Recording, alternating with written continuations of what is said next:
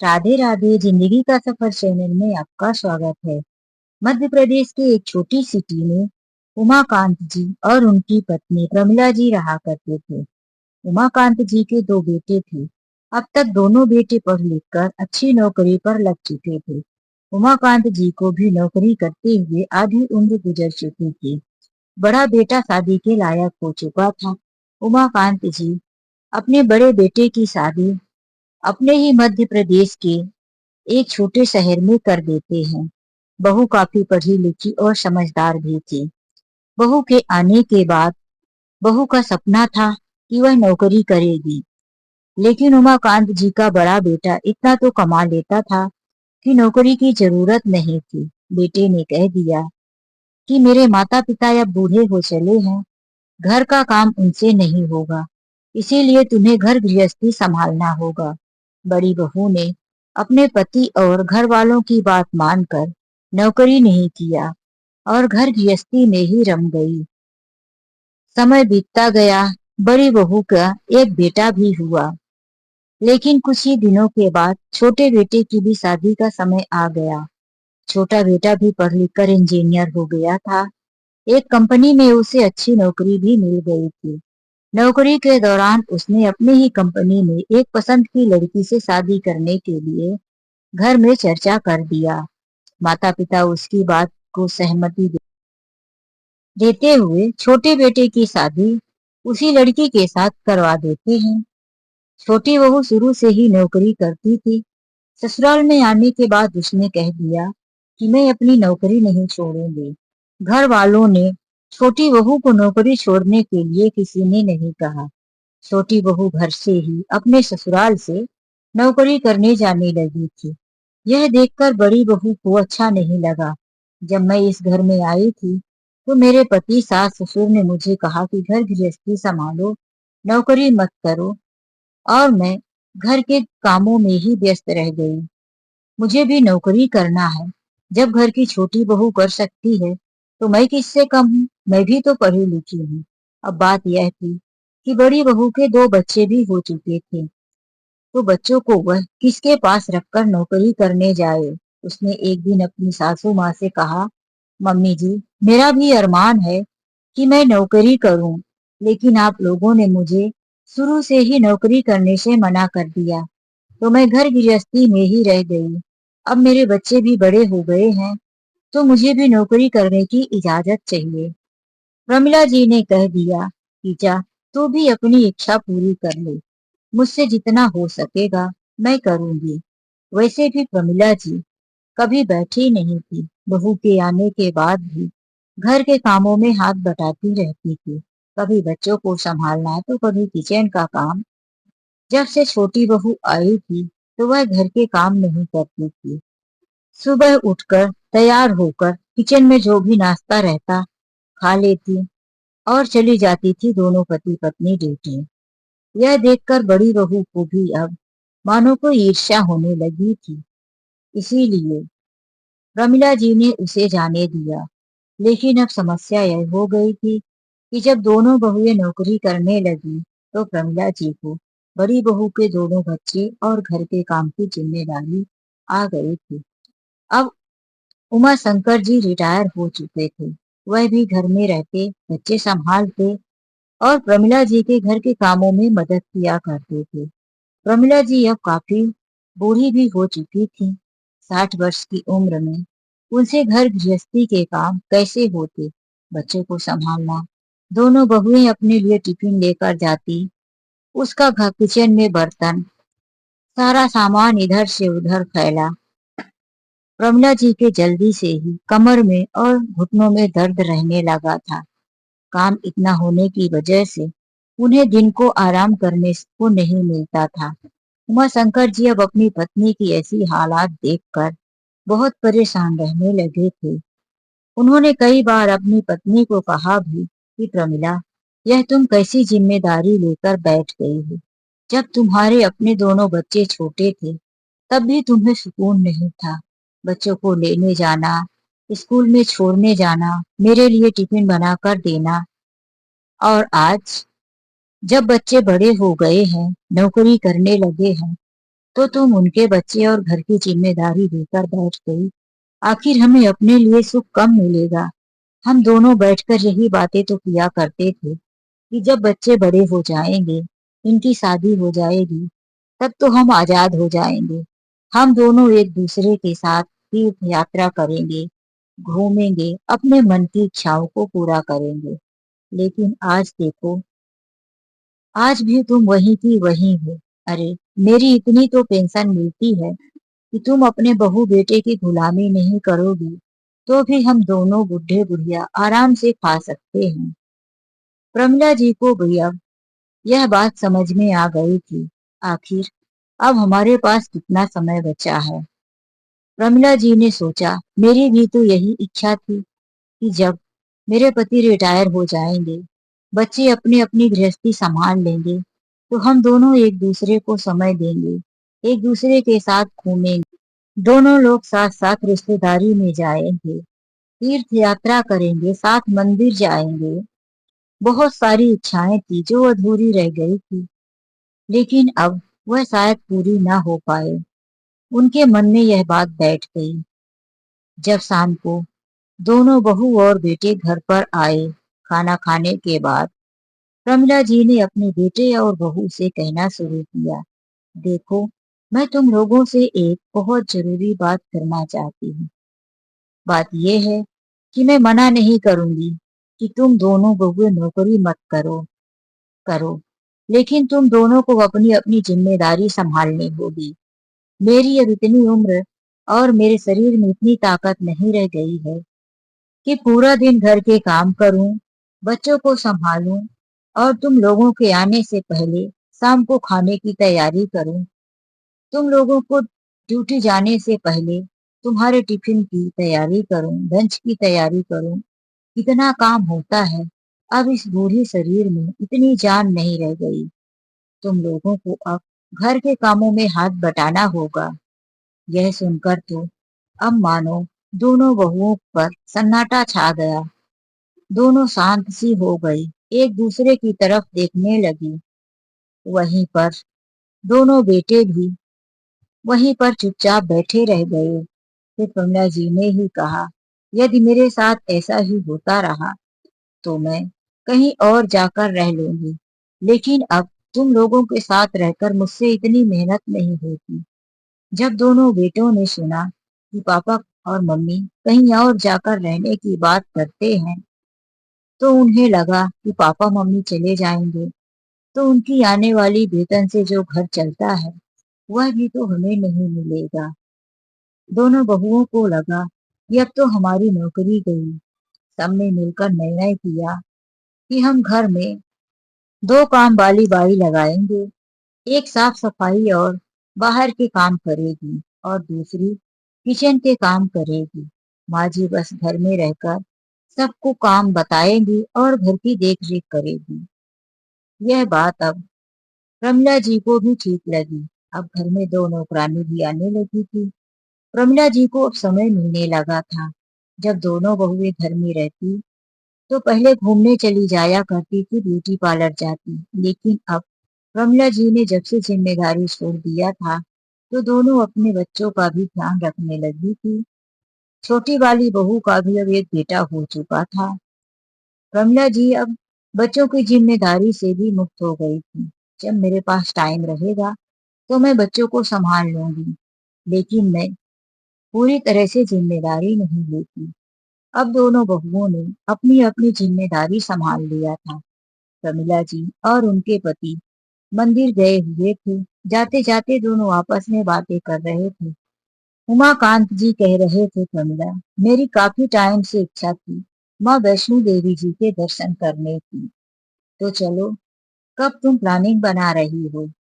प्रमिला जी ने कहा, बहुत ही जल्दी। माता की कृपा होगी तो हम जरूर दर्शन को जाएंगे। दोनों बात करते करते पास के ही मंदिर में पहुंच गए, पूजा पाठ किए। अब उन दोनों के मन में एक अलग सा सुकून था। दोनों बात करते हुए मंदिर पहुंच गए। मंदिर में दोनों ने काफी समय तक पूजा पाठ किया और वहीं बैठे रहे। फिर आने के टाइम उन्हें एक ठेले में आइसक्रीम दिखी। उमाकांत जी को याद आया कि प्रमिला को मटकी आइसक्रीम बहुत पसंद है। वह दो मटकी आइसक्रीम वहां से पार्सल ले लिए और दोनों पति पत्नी घर में आकर आइसक्रीम का लुत्फ उठा रहे थे। तभी उनके बेटे और बहू घर पर आ गए। अपने मम्मी पापा को इस तरह से बैठे आइसक्रीम खाते हुए मम्मी पापा की तरफ ठगे से देखते ही रह गए। ये दोनों बहुएं एक दूसरे की तरफ देख कर आंखें घूरते हुए ताने भरे नजरों से मन मन में इशारा कर ले कि देखो ये बुढ़ा बुढ़िया बैठकर कैसे मजे से आइसक्रीम खा रहे हैं। यही मजा करने के लिए तो घर की जिम्मेदारी लेने से छोड़ दिए। अब प्रमिला जी घर के कामों से ज्यादा अपने पति के साथ बैठकर बातें किया करती थी, जो कि दोनों बहुओं को बिल्कुल भी पसंद नहीं था। कुछ ही दिनों के बाद प्रमिला जी की शादी की सालगिरह थी। दोनों ने इस शादी की सालगिरह को बहुत अच्छे तरीके से मनाने की कोशिश की। उन लोगों ने तय किया कि हम लोग इस शादी के सालगिरह पर पिक्चर देखने जाएंगे, बाहर खाना खाएंगे, मंदिर जाएंगे, घूमेंगे, फिर शॉपिंग करेंगे, उसके बाद घर लौटकर आएंगे। दूसरे दिन की सारी प्लानिंग उन लोगों ने कर लिया था। दूसरे दिन सुबह जल्दी उठकर प्रमिला जी अपने पति के लिए चाय नाश्ता बनाकर दे दी और फिर घर से बाहर चली गई। इधर उमाकांत जी सुबह सुबह जल्दी उठकर नहा धो लिए और अपने कमरे में तैयार होने लगे। जब वह कमरे से बाहर निकले तो हाल में बैठे हुए चाय नाश्ता कर रहे उनके दोनों बेटे और बहू उमाकांत जी को देखकर देखते ही रह गए। उनकी आंखें फटी की फटी रह गई। उमाकांत जी आज कोट पैंट टाई जूते बहुत ही जच रहे थे। बेटे और बहू उनको देखकर देखते ही रह गए। उनकी आंखें फटी की फटी रह गई, क्योंकि कुछ समय से उमाकांत जी घर में सिर्फ ढीला ढीला कुर्ता पैजामा पहनकर ही रहते थे। वैसे तो वह एक स्कूल में हेड मास्टर हुआ करते थे, तो वह हमेशा सूट पहनकर ही स्कूल में जाते थे। लेकिन रिटायर होने के बाद उन्होंने अपना शौक और अपनी मन की इच्छाओं को पूरा करना ही छोड़ दिया था। बेटे बहू को लगा कि पापा अब बूढ़े हो गए हैं, इसीलिए उन्हें अच्छे कपड़े, अच्छे खाने और उनकी इच्छा पूरी करने की क्या जरूरत है। लेकिन आज इस तरह से सूट में देखकर उनकी आंखें फटी रह गई। वह बाहर आकर बेटे से पूछते हैं कि मम्मी को कहीं देखा है, तो दोनों बच्चे एक साथ बोल पड़े, हाँ दादाजी, दादी जी बाहर गई हैं, बोल रही थी ब्यूटी पार्लर जाएंगी। तभी दरवाजे की डोरबेल बजी तो प्रमिला जी दरवाजे पर खड़ी थी। दरवाजा उमाकांत जी ने ही खोला। वह देखकर हैरान रह गए। आज प्रमिला जी बालों में गजरा, मेकअप, मांग में सिंदूर, लिपस्टिक और उनके पसंद की फेवरेट नई साड़ी पहने हुए मुस्कुराती हुए दरवाजे पर खड़ी थी। उमाकांत जी प्रमिला जी को सर से पांव तक देखते ही रह गए। आज पहली बार प्रमिला जी अच्छे से तैयार होकर आई थी। उमाकांत जी ने उन्हें इशारा करते हुए बताया कि बड़ी खूबसूरत लग रही हो। प्रमिला जी ने मुस्कुरा कर कहा, आप भी किसी से कम नहीं लग रहे हो। इस तरह से अपने सास ससुर को आज तैयार हुआ मेकअप में देख दोनों बहुएं एक दूसरे से कहने लगी, मम्मी जी आज आप लोगों को इतना तैयार होने की क्या जरूरत है, कहीं जाना है क्या? रमला जी ने कहा, नहीं तो बस ऐसे ही। दोनों बहुओं की बातों का जवाब देना उन लोगों ने ज्यादा जरूरी नहीं समझा। कुछ लेने के लिए प्रमिला जी अपने कमरे में गई और फिर दोनों पति पत्नी घर से बाहर चले गए। अब दोनों बहुएं कहने लगी, देख रहे हो अपनी मम्मी पापा का यह नाटक। अरे इस 60 वर्ष की उम्र में यह नौटंकी करने की क्या जरूरत है। आपकी माँ तो ऐसे सज धज कर तैयार होकर आई है जैसे पहले ही शादी का सालगिरह हो। इतने साल हो गए, मैंने तो नहीं देखा था कभी। कि उन दोनों ने शादी का सालगिरह मनाया हो, लेकिन इस बुढ़ापे में नौटंकी करने की क्या जरूरत है। इस समय पर आपके माता पिता कुछ ज्यादा ही नौटंकी करते हैं। जब देखो दोनों गार्डन में साथ बैठे रहते हैं, जब देखो दोनों साथ मंदिर जाते हैं, दोनों साथ बातें कर करके हंसते हैं। अरे, और भी लोग मोहल्ले में रहते हैं, इन दोनों का नाटक देख देख कर कहते हैं, बूढ़ी घोड़ी लाल लगाम। इनको अपनी नहीं तो कम से कम हमारी इज्जत का तो ख्याल रखें। कब से दोनों बहुएं सास ससुर के बारे में बातें कर रही थी, तो बड़ा बेटा बोला, कैसी बातें कर रही हो आप लोग। आखिर मम्मी पापा ने ऐसा क्या गलत कर दिया। वह दोनों पति पत्नी हैं, जब चाहे जहाँ चाहे उनकी मर्जी वह जा सकते हैं। एक बात कान खोल कर सुन लो, जब तक पति जिंदा होता है पत्नी कभी बूढ़ी नहीं होती। अपने पति के रहते हुए हमेशा ही सज धज कर, सोलह श्रृंगार कर, तैयार होकर कहीं भी जा सकती है। इसमें गांव या मोहल्ले वालों से डरने या उनसे शर्माने की क्या जरूरत है।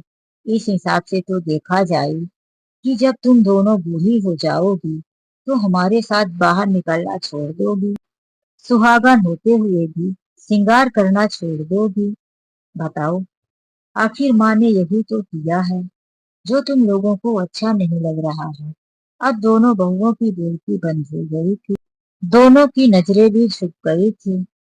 तभी दरवाजे पर थप थप की आवाज आई, तो छोटा बेटा उठकर दरवाजा खोला। सामने माँ खड़ी थी। प्रमिला जी अपने बेटे और बहू की यह सारी बातें सुन रही थी। प्रमिला जी अपना हाथ रुमाल लेना भूल गई थी, इसीलिए वह जल्दी से ही वापस आ गई थी।